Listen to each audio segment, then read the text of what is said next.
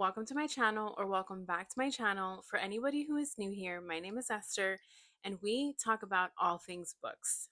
This month I had such a huge reading slump. I only got to read 3 books, which honestly I'm not mad about because life happens. I had my nephew visiting from New York, my daughter is off from school, so yeah, life took over. But I did get some reading done throughout the month. At the end of the month, I really have been like babysitting 2 books, and I gave a soft DNF to both of them, and I will pick them up again once I'm in the mood for them. But the 3 books that I did read, I did enjoy all of them. Guys, I'm so looking forward to August because my daughter's going to go back to school and we're going to go back to a routine of like going to sleep early, waking up, just going back to like daily life. Enough with the blabbering. Let's get into the books that I read for this month. So the first book that I finished this month was The Last Letters by Rebecca Yarros.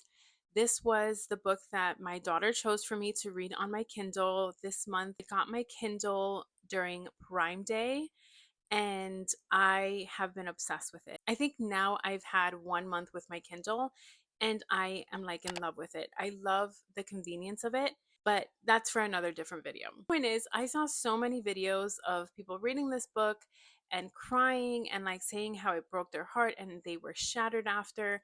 And I've had it on my TBR for a very long time. Finally, I got around to reading it. My daughter has, every month that I make a TBR, my daughter's like, when are you going to read The Last Letter? When are you going to read The Last Letter? And I finally did it, you guys. And when I tell you, it was such a beautiful story. Like, I mean, I read it at the beginning of the month, but I still think about it once in a while. The male main character, Beckett Gentry, like, you guys, he has a special place in my heart, okay? The Last Letter is a romance. It is a single mom and like military MMC. So it has that. I do want to say that it does have trigger warnings. I'm not going to spoil anything, but it does have to do with pediatric cancer and, all of that stuff. So if that is a sensitive topic for you, I would say skip it because that is heavy in the story. So I gave this book 4 stars because I loved the story so much. I loved Beckett, the male main character. Ella was a bit infuriating because I'm just like, girl, like you need somebody to help you. You know what I mean? Like you got 2 kids, you're a single mom, you're running a business, like you can't do it all by yourself. But she is such a strong-willed female character. At times she was infuriating, at times I admired her so much. And like I just put myself in her perspective and what I would do if I was in her shoes. And you guys, when I tell you, Beckett was such a freaking cinnamon roll of a man. Like he was so sweet, so kind, so loving, so understanding, amazing, amazing. I don't really gush over like male main characters that much because like, they're fictional characters, but I don't know what it was about Beckett that just made me feel so like overly involved in this story and in this book.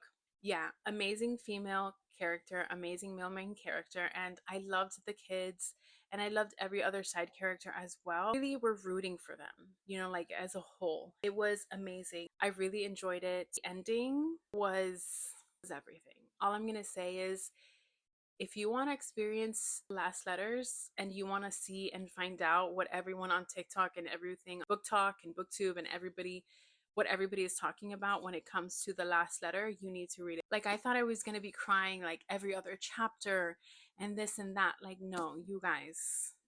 The comments in my comment section on TikTok told me to wait, told me to keep reading, and I'm so glad I did because this was literally me. This was me. So I reached 90%. And you guys, it is so freaking sad. That was me once I got to 90%. It broke my heart, you guys. I definitely recommend this book. It is so good. The characters are great. The setting is great. And honestly, like, I'm glad I finally read it. The second book that I read. It was The 7 Year Slip, and I gave this book 3 stars. I actually gave it 3.5 stars, but then, like, the more that I sat with the story, the more that I was able to kind of like digest everything that I had read, I gave it a 3 stars overall. It was, I liked the romance. It was a slow build. It's set in New York, it's set in the summer. It has magical realism. It's a second chance romance at that.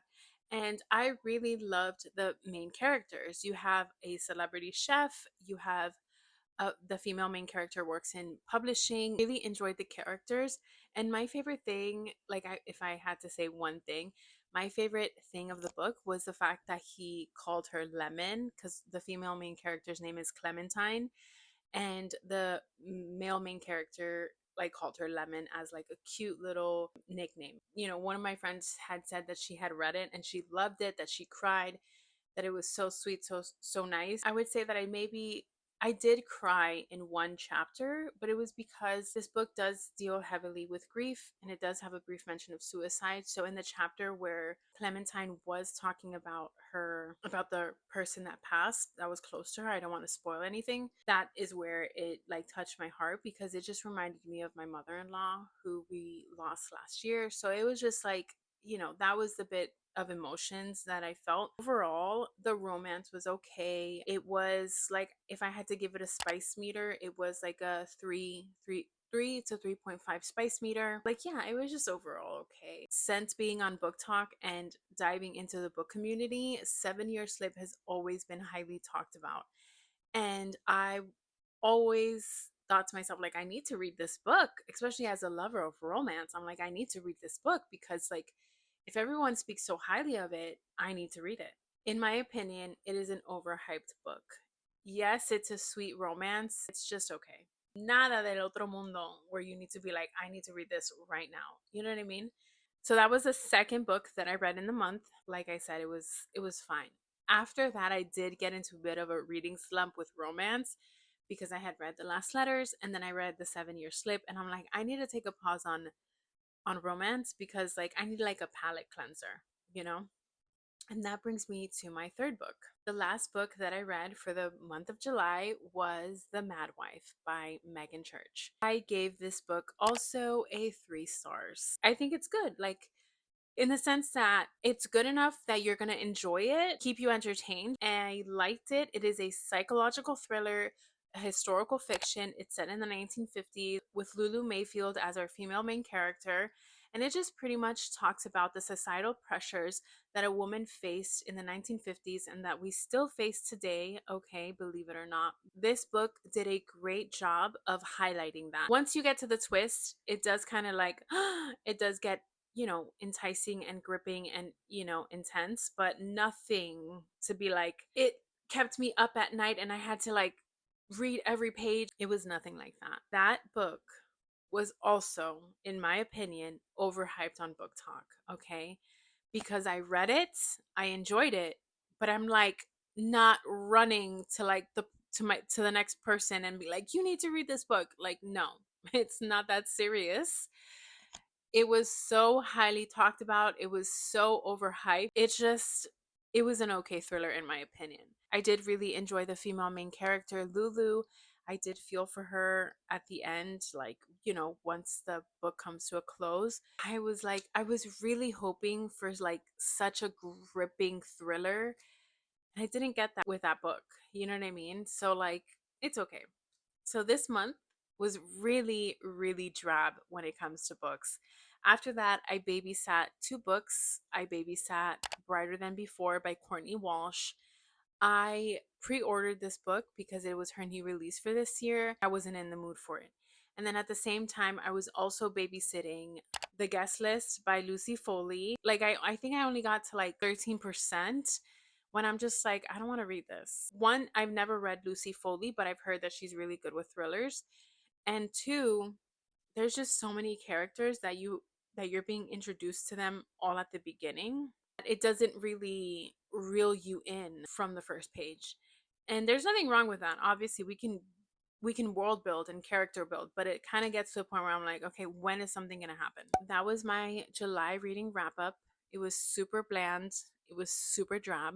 I am glad that I did read 3 books at least. I am so excited and looking forward to August. You have no idea. I will talk to you guys later. I hope you enjoyed this video. Don't forget to comment, like, and subscribe. And tell me what books you enjoyed this month in the comment section. I'll see you guys later. Bye.